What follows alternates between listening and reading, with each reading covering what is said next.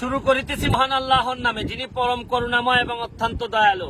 Hello Sandwip, এই সন্দ্বীপে ঢুকে গেছি। এই যে গুপ্তছড়া ঘাট, এই ঘাটের পিছনে দেখতেছেন পুরা সমুদ্র।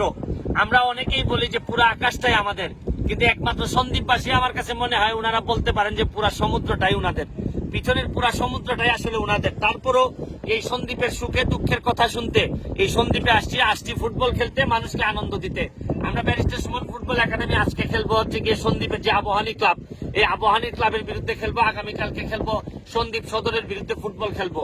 আমি আসলে এখানে ম্যাচ জিততে আসি নাই, আসছি হচ্ছে গিয়ে সন্দ্বীপবাসীর মনে যে ফুটবলের জন্য যে প্রেম, এই যে প্রেমটা ঘুমিয়েছিল, এই প্রেমটাকে আমি আরেকটু জায়গায় তুলতে চাই। এবং এই প্রেম যদি জেগে ওঠে তাহলে সারা বাংলাদেশে একসময় ফুটবল অনেক দূরে গিয়ে যাবে। এবং প্রতিটা ডিস্ট্রিক্টে গিয়ে গিয়ে বা আজকে সন্দ্বীপের বিভিন্ন জিনিস আমি দেখতে চাই যে কি জিনিস আছে যে সন্দ্বীপের সম্ভাবনা আর কি জিনিস আছে সন্দ্বীপের কষ্ট। এই কষ্টটা আগামী 2 দিন সম্ভাবনা এবং কষ্ট আপনাদের সামনে তুলে ধরবো যে কি করলে সন্দ্বীপ আগাবে, এগিয়ে যাবে বাংলাদেশ। এখানে এসেই এত ভালো লাগতেছে যে এখানে চেয়ারম্যান সাহেব আছেন, এখানে সন্দ্বীপ ক্লাবের যিনি শামীম ভাই আছেন, এবং এখানে অসংখ্য যারা এই ক্লাবের বিভিন্ন ক্লাবের লোকজন একত্রিত হয়েছেন, বিশেষ করে আবাহনী ক্লাবের লোকজন একত্রিত হয়েছেন আমাকে মানে সম্মান দেওয়ার জন্য। আমি বিশ্বাস করি অতটা সম্মানের মানুষ আমি কিনা জানি না, তারপরও শুধু ফুটবলের কারণে যে আজকে যে গণজাগরণ তৈরি হয়েছে, আমি আশা করি যে এই গণজাগরণ বাংলাদেশে বহুদূর নিয়ে যাবে। যে আমি আবারও বিশ্বাস করি বাংলাদেশের মানুষের যে ভিতরে যে স্পিড আছে, যে শক্তি আছে, এই শক্তিটারে আমরা কাজে লাগাইতে চাই।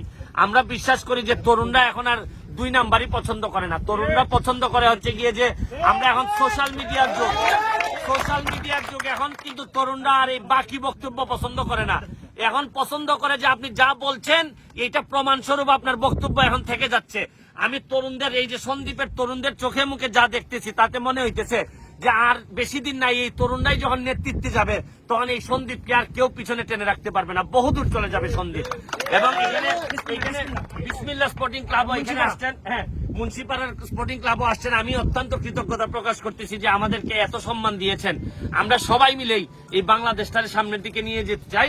এর প্রাথমিক অংশ হিসাবে সন্দ্বীপ যদি এগিয়ে যায়, এবং আমি আপনাদেরকে বলবো যে এমন একটি সুন্দর জায়গা, আপনার সন্দ্বীপ আসলে মনে হবে না কোনোভাবেই যে কোনো ধরনের আপনাদের যে কষ্টের যে করে যে আশাটা, এটা কখনোই মনে হবে না যে সফল হয় নাই। এই পর্যায়ে আমি সন্দ্বীপ আবাহনী যিনি সাধারণ সম্পাদক আমাদেরকে অভ্যর্থনা জানাতে এখানে আসছেন, আমি ওনাকে ধন্যবাদ জানিয়ে আমি জিজ্ঞেস করতে চাই যে আজকে যে আপনাদের একাডেমির সাথে আমাদের ফুটবল খেলাটি আছে, এই সন্দ্বীপ আবাহনীর সাথে আমাদের ব্যারিস্টার সুমন ফুটবল একাডেমি, এটা নিয়ে এবং আমাদের এখানে আসা নিয়ে আপনার অনুভূতিটা যদি একটু বলতেন এখানে। ধন্যবাদ সুমন ভাই। সারা সন্দ্বীপের 4.5 লক্ষ মানুষের পক্ষ থেকে আপনাকে অভিনন্দন এবং শুভেচ্ছা।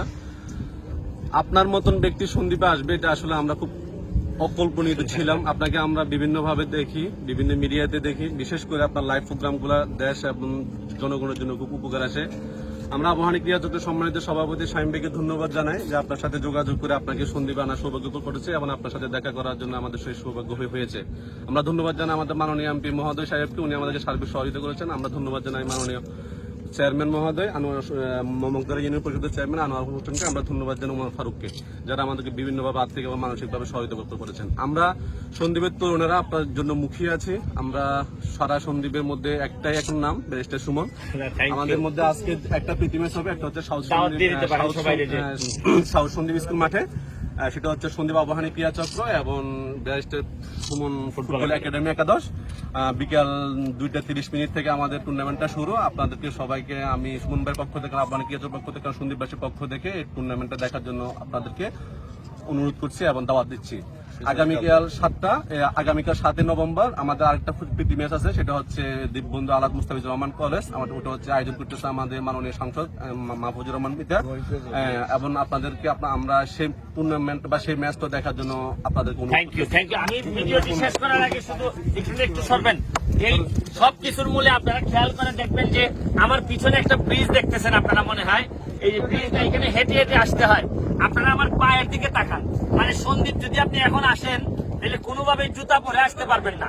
এইটা আবার আমি কোনোভাবেই মেনে নিতে পারতেছি না, কারণ হচ্ছে কি সন্দ্বীপের মানুষ সারা পৃথিবীতে যেভাবে আগায় যাচ্ছে, তাদের এলাকায় আসতে গেলে জুতা খুলে আসতে হবে।